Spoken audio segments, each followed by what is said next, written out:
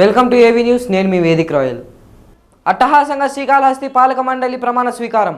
నిబంధనలకు పాతరేసిన సభ్యులు, ముక్కంటి భక్తులకు ఇక్కట్లు, అంతరాలయోచిత దర్శనాలతో ఆలయానికి భారీ గండి. అధికారులకు ప్రోటోకాల్ మీద ఉన్న శ్రద్ధ భక్తులపై లేదని మండిపడ్డ భక్తజనం. శ్రీకాళహస్తి ఆలయంలో కూటమి నేతల ప్రమాణ స్వీకారం అట్టహాసంగా జరిగింది. అయితే ఆలయ అధికారులు ముందస్తు ఏర్పాట్లు చేసుకోకపోవడంతో భక్తులు నానా ఇబ్బందులు పడాల్సి వచ్చింది. శని ఆదివారాలు సెలవు దినాలు కావడంతో భక్తులు అధిక సంఖ్యలో ఆలయానికి విచ్చేశారు. అయితే ఆలయంలో పాలక మండలి ప్రమాణ స్వీకారం కావడంతో మండలి సభ్యులతో పాటు వాళ్ళ అనుచరులు కూడా అధిక సంఖ్యలో రావడం తీవ్ర విమర్శలకు దారితీసింది. శ్రీకాళహస్తి ఆలయంలో ఒక బోర్డు నంబర్ 50 నుండి 100 మంది అడ్డగోలుగా అంతరాలయ దర్శనం ద్వారా దర్శించుకున్నారు. 500 రూపాయల టికెట్లు తీసుకోకుండా ఈ విధంగా దర్శనం చేసుకోవడం వల్ల ఆలయ ఆదాయానికి కూడా గండిపడింది. దీంతో చంటి బిడ్డలతో దర్శనానికి వచ్చిన భక్తులు, వృద్ధులు క్యూ లైన్లలో అధిక సమయం వేచి ఉండాల్సి వచ్చింది. అధికారులకు ప్రోటోకాల్ పైన ఉన్న శ్రద్ధ భక్తులపై లేదంటూ ఆగ్రహం వ్యక్తం చేశారు.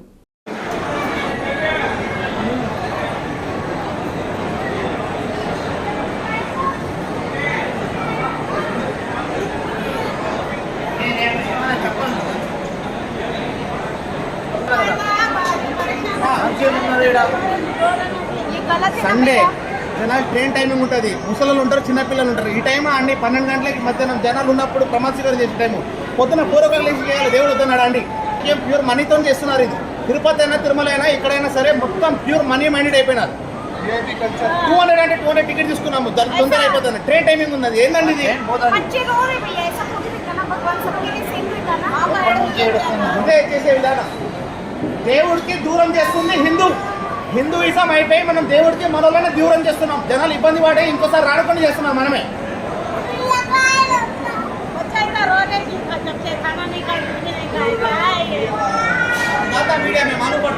శక్తి సామర్థ్యమును వినియోగించి విశ్వాసపూర్వకముగా విచక్షణ జ్ఞానముతో నిర్భయుడనై దేవాలయ అభివృద్ధి దృక్పథముగా ఉంచుకొని ఆంధ్రప్రదేశ్ ధర్మాదాయ హిందూ దేవాదాయ సంస్థల నిధులను కూర్చిన 30/87 సంవత్సర చట్ట ప్రకారము దానికి సంబంధించిన నియమములను అనుసరించి ప్రవర్తించగలవాడినని దైవ సాక్షిగా మనస్సాక్షిగా ప్రమాణము చేస్తున్నాను.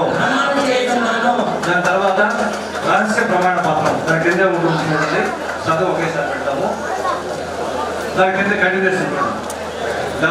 ప్రమాణ పత్రం నేను శ్రీమతి అన్నప్పుడు మీ పేరు తెలియబడిన రహస్య విషయం ఏదైనా కానీ నా ధర్మకర్తత్వ బాధ్యతను సక్రమముగా నిర్వహించుటకు తప్ప ఏ వ్యక్తికి కానీ వ్యక్తులకు కానీ సమక్షమున కానీ పరోక్షమున కానీ తెలుపక రహస్యముగా ఉంచుదునని హిందూ మూలముగా దైవ సాక్షిగా మనస్సాక్షిగా ప్రమాణం చేస్తున్నాను. సభ్యులందరూ కూడా పైన కింద మనం చేసినట్టు 2 చోట్ల సంతకం పెట్టండి. సంతకం పెట్టిన తర్వాత మేము కరెక్ట్ చేసుకుంటాము.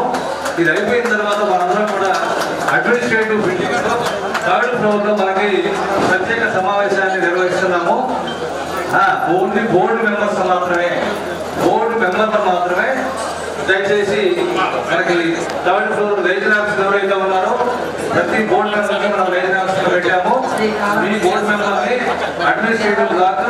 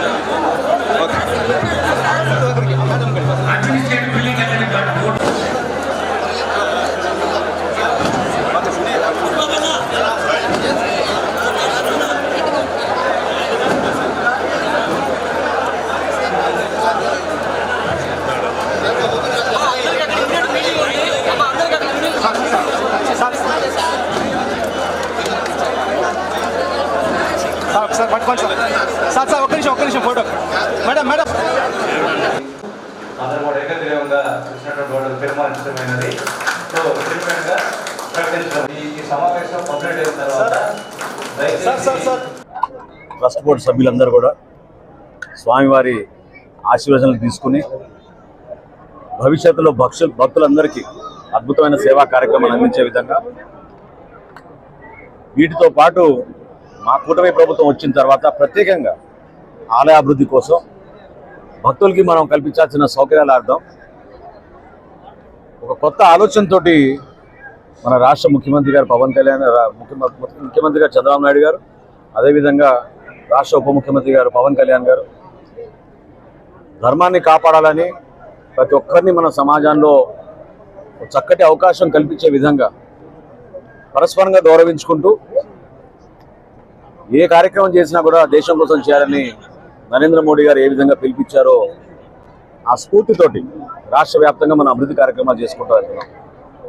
ఈరోజు ఆలయానికి ధర్మకర్త మండలితో పాటు చైర్మన్గా బాధ్యతలు తీసుకున్న కొట్టే సాయి గారికి ప్రత్యేకంగా మా పార్టీ అధ్యక్షులు పవన్ కళ్యాణ్ గారి తరఫున, అదేవిధంగా రాష్ట్ర ప్రజలందరికీ మరింత మనం ఇటువంటి చక్కటి అవకాశాలు, ఇంత అద్భుతమైన ఆలయం, ఇక్కడ చేసే రావుకేత పూజలు దేశవ్యాప్తంగా అందరూ కూడా అనేక ప్రాంతాల నుంచి వస్తూ ఉంటారు. గతంలో చైర్మన్గా పనిచేసిన అనుభవజ్ఞుడు మన ఆనంద్ ఉన్నారు. ఎమ్మెల్యే గారు స్థానికంగా ఆయన కూడా చాలా సహకరించారు.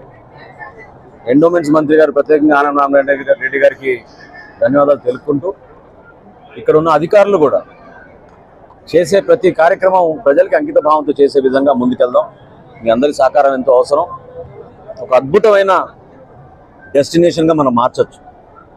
ఏ విధంగా ఈ రోజున తిరుపతికి అంతమంది భక్తులు వస్తున్నారో శ్రీకాళహస్తి కూడా ఆ విధంగా వచ్చేటట్టు మనం సౌకర్యాలు కల్పిస్తే ఖచ్చితంగా మనకి టూరిజం పెంచగలుగుతాం. అవకాశాలు ఉన్నాయి. తద్వారా స్థానికంగా మనం ఉపాధి కూడా కల్పించవచ్చు. నాతో పాటు తిరుపతి ఎమ్మెల్యే గారు శ్రీనివాసులు గారు, అదేవిధంగా రైల్వే కోడ్ శాసనసభ్యులు శ్రీధర్ గారు కూడా వచ్చారు. ప్రతి ఒక్కరికి మనస్ఫూర్తిగా ఈ సందర్భంగా ఇంకా భవిష్యత్తులో చక్కటి కార్యక్రమాలు చేయాలని చైర్మన్గా ప్రమాణ స్వీకారం చేసిన మన సాయికి మనస్ఫూర్తిగా మనందరి తరఫున అభినందన. ప్రవాహక ప్రాంతాల్లో మనం ప్రత్యేకంగా టూరిజం గురించి దృష్టి సారించాలి. గతంలో కూడా నేను శాసన సభాపతిగా ఉన్నప్పుడు ఆ సందర్భంలో కూడా ఆనంద్ కొన్ని అభివృద్ధి కార్యక్రమాలు చేపట్టడం నాకు బాగా గుర్తు. నదీ ప్రవాహ ప్రాంతాల్లో మనం కొత్తగా ఏపీ టూరిజం నుంచి ఖచ్చితంగా ఒక మంచి ప్రణాళికతోటి మీరు అన్నట్టు ఒక మాస్టర్ ప్లాన్ ఒకటి రూపొందించి ఈ ప్రాంత అభివృద్ధి కోసం ఖచ్చితంగా తిరుపతికి వచ్చే భక్తులందరూ కూడా ఇక్కడ అద్భుతమైన ఆలయం ఉందని తెలిసే విధంగా వాళ్ళకి మనం చక్కటి అవకాశాలు కల్పించాలి. ఆ కమ్యూనికేషన్ గ్యాప్ పెంచే లేకుండా మన వంతు మనందరం కూడా సహకరిద్దాం. కూటమిలో ప్రభుత్వంలో భాగంగా శ్రీకాళహస్తి నియోజకవర్గంలో నన్ను ఎంపిక చేయడం చాలా ఆయనకి నేను ఆజన్మాంతం రుణపడిపోయి ఉంటాను. అదేవిధంగా శ్రీ నాదల మనోహర్ గారు, చంద్రబాబు నాయుడు గారు, బొజ్జల సిద్దిరెడ్డి గారు వీళ్ళందరూ సహకరించి నాకు ఇది పదవి కాదు బాధ్యత, ఈ బాధ్యతని క్రమశిక్షణతో నిర్వహించి శ్రీకాళహస్తి దేవస్థానాన్ని ఎదుగుదలని నేను ఖచ్చితంగా దీనిలో భాగంగా అవుతామని ఖచ్చితంగా పాలక మండలి సభ్యులందరినీ సలహాలు సూచనలు తీసుకొని, ఈఓ గారి సూచనలు తీసుకొని, ఎమ్మెల్యే గారి సూచనలు తీసుకొని శ్రీకాళహస్తి అద్భుతంగా డెవలప్ చేయడంలో నేను ముందుంటానని మనోహర్ గారి ముందర నేను తెలియజేస్తున్నాను. ఖచ్చితంగా తీసుకుంటాం.